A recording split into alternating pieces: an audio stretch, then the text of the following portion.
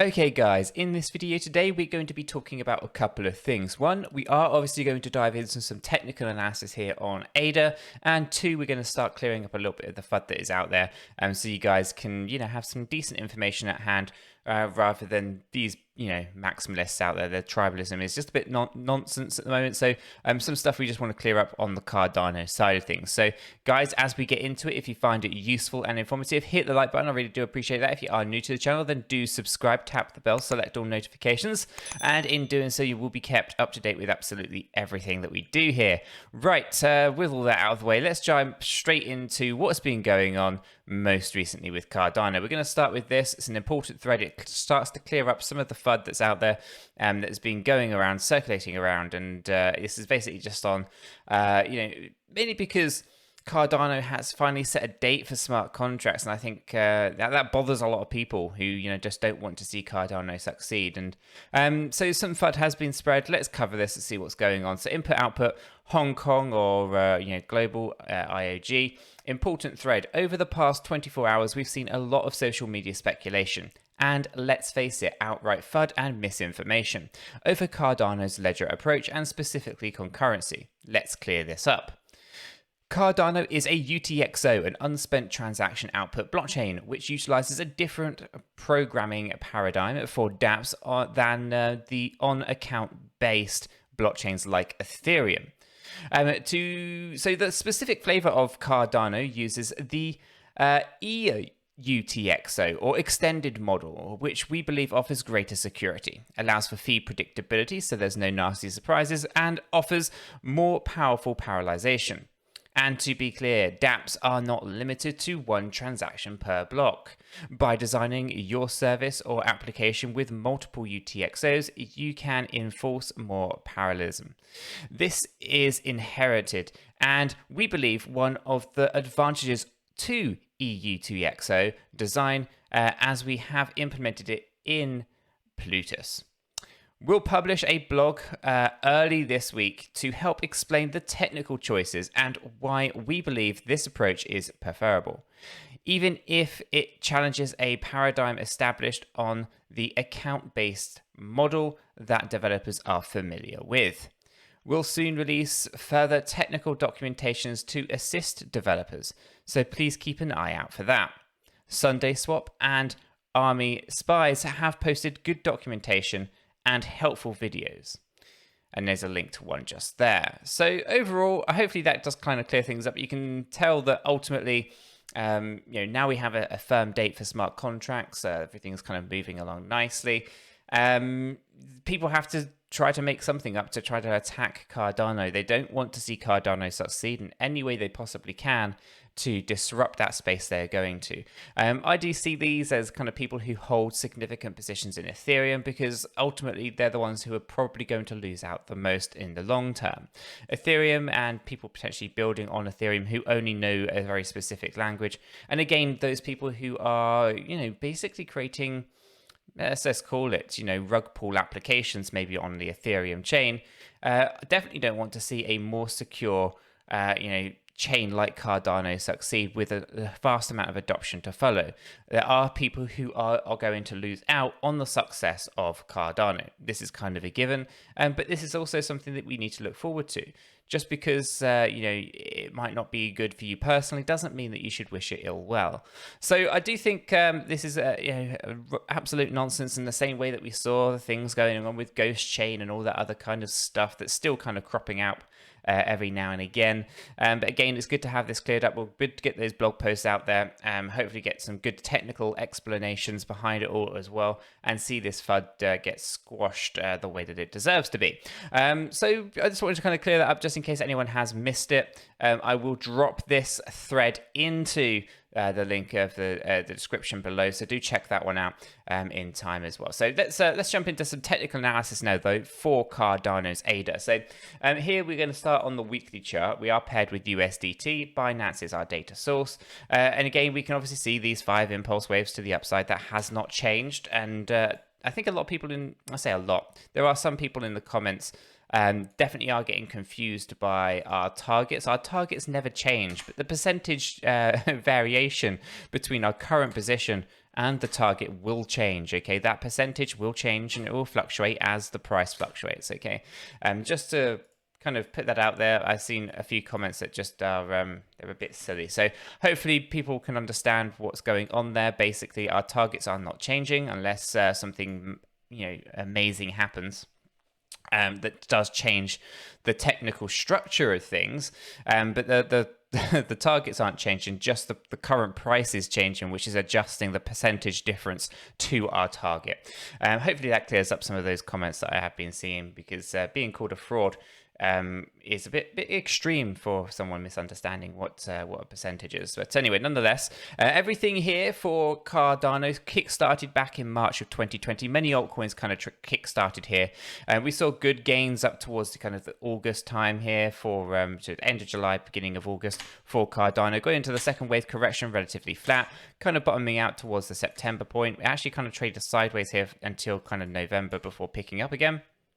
We then see a third wave, nice strong wave to the upside, kind of peaking out up here on the 10th of May before a sharp correction to the downside on this fourth wave, right? This is where people were calling it a bear market, even though the percentage drop for Cardano was very, very small in comparison to some of these other kind of altcoins. But, there's definitely just a fourth wave correction, not a bear market.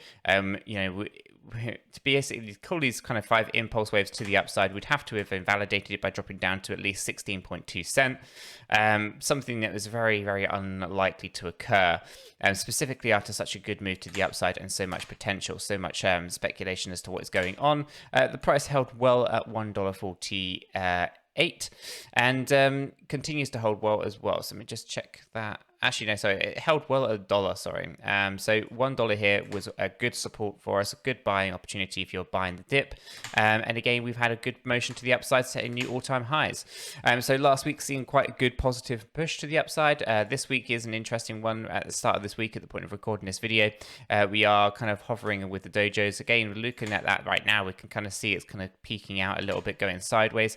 We can see that the stochastic is overbought, and again, we can be up here for quite some time. We take a look at how long we're up here for the first wave, take a look for the third wave. We're up here for quite some time, right? So from June all the way through until the end of July, so 2 months for wave 1, November over to March. Okay, so again, several months we were up in this overbought area. So again, we're up here, so we can take advantage of this. We're going to be up here for a while, and before we eventually see that kind of momentum drop out and we go into a bit of a bear market and we lose some kind of volume and some value behind ADA going into the bear market, right? So everything on this kind of weekly chart is looking good. We obviously have our target up there at $7.22 to $10. This is the technical range, but I do think we're going to start seeing this absolutely blast through those very, very quickly once the smart contracts roll out and we start seeing the dApps launching. New dApps launching on the ecosystem, and of course, once we start to see the migration from Ethereum over to the Cardano ecosystem. Super stoked for that one, to see exactly how everything kind of goes, to plan, and start to see 100 or so companies, enjoy, a faster, more scalable, and predictable in terms of fees blockchain. So looking forward to actually having some apps that are going to actually be usable for a change, which will be fantastic. Let's jump down into our daily, and we'll take a look at what's going on most recently. So we obviously can see that the 618.702.786 area was the key catalyst. We kind of got rejected from the 786 down to the 618, and then we blasted on up. And we've most recently have found resistance up here at the $2.98 area, right? This area here is the resistance zone. Just here, and we've been tracking against this for a while. We've actually now gone from an overbought area that we were over here down to an oversold area on this daily chart. So things now are looking like they're heating up once again for Cardano to have another push to the upside on this daily. The daily's in a pretty good position, so we can start to push back up. We'll obviously have to check this with our hourly, but things are looking like they are ready for another set of all-time highs. Again, the all-time high I think comes in at $3.10 just a few days ago. So again, we are pushing for the $3.37 area. That is the area that we're looking for, and that's our first target, the 1.618. Okay, so on track for that. We're looking to push up, and then once we're in there, we should look for rejection before turning that into a support line and pushing up to the next level. So from a technical point of view here on this daily chart, everything looks like it's okay. We've got a nice oversold stochastic RSI as we've traded sideways. And again, we're looking to move up towards the $3.37. That is our first target. We're halfway towards it. We throw on the volumes at this point. We can see that the volumes have started to decrease down as we've traded sideways. That's allowed us to correct our stochastic without doing too much damage to the price. So that's working for us quite nicely as well. Again, we can see pretty good volumes coming into the upside here during that kind of build up to the big correction. And again, the volumes have come down, but they've started to build up a little bit. And what we're looking for here is now to kind of pass through a couple of key areas. Mainly, I think Bitcoin needs to pass through a couple of interesting areas as it approaches its 618, 702, 786. Once Bitcoin gets past its 786 area, this is where I think we're going to start seeing some serious volume start flowing back in. I think there's still people who are worried about, basically a correction coming to the downside. I think it is still technically possible, and you can definitely see it is possible to have such a scenario. But it's all about probability. Is it probable? And Bitcoin is the one that is going to be leading that way now as it's approaching its key areas of battle, the 618, the 702, the 786 on the Fibonacci retracement zones. Bitcoin will lead that way. So if Bitcoin gets rejected from there, then there'll be all eyes on Bitcoin in terms of what it's doing, and then obviously that will then leads the way in terms of what Cardano here will be doing as well. And that being said, Cardano has usually fared up quite well when it comes to Bitcoin. Now, we obviously have to check what's going on with the advice dashboard, because here we're going to get a look at what the artificial intelligence and machine learning is taking a look at for Cardano. The fear and greed index is definitely extremely greedy, up an A1 rating. So again, this is usually where profits are taken, and you start seeing people buying in FOMO, right? Experienced traders will be selling, but other than that, you're going to start seeing a significant amount of more purchasing from less experienced or retail investors, for example. Now, moving averages are an A2 rating, so they're working for us. The Sharpe ratio, A2 rating, so the risk to reward ratio is okay. Peak end values at a B2, that's a little bit where you get let down. The profitability is still up there as an A1 rated cryptocurrency, is performing incredibly well. The AMI-HAD ratio, so liquidity is not a problem, in an A2 rating. So overall, an A2 rating hasn't changed. It's still performing incredibly well overall. So again, no problems to kind of report from an advice.io dashboard perspective. And the AI here is delivering an unbiased approach. And yeah, it's been pretty spot on for quite some time. So if you haven't yet checked out advice.io, do sign up. It is free, and you'll be able to have a look at some of those cryptocurrencies that are performing well, or some that you might want to get a bit of a deeper insight into as to why they're performing well, and maybe prepare ourselves, because when the AI starts to flag something as potentially undesirable, you'll be able to pick this up before you actually start seeing it in the chart. So definitely worth checking out there. Let's jump down into our hourly chart though. This is where we start to see a bit of a difference, right? We had this kind of narrowing wedge, and what we actually saw here was then a continued sideways trade, invalidating the upward trend line.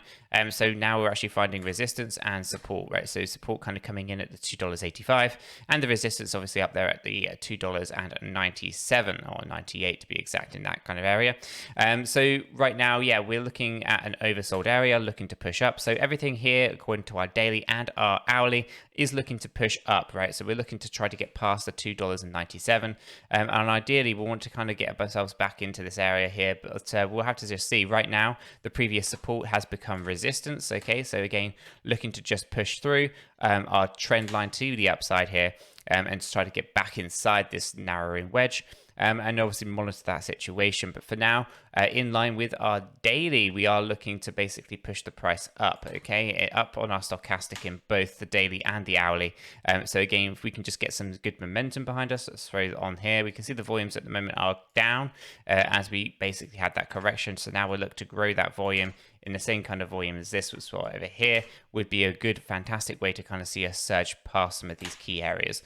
So all eyes are on Bitcoin in terms of where it is, and obviously leading the pack. But Cardano also has some interesting lines and resistances that it is going to be facing today, and hopefully we will not get rejected from them. And guys, if we're ever in doubt, we do zoom out, because it's always important that we actually take a look at the bigger picture. We can get drowned out by just paying too much attention to those hourly views, for example. zoom out and we'll get a bigger picture as to where things are going. If you have found this video useful and informative, guys, hit the like button. I really do appreciate that. If you are new to the channel, then do subscribe, tap the bell, select all notifications, and in doing so, you will be kept up to date with absolutely everything that we do here. With that said, done, and out of the way, I hope everyone has a fantastic day, and I'll catch you all in the next one.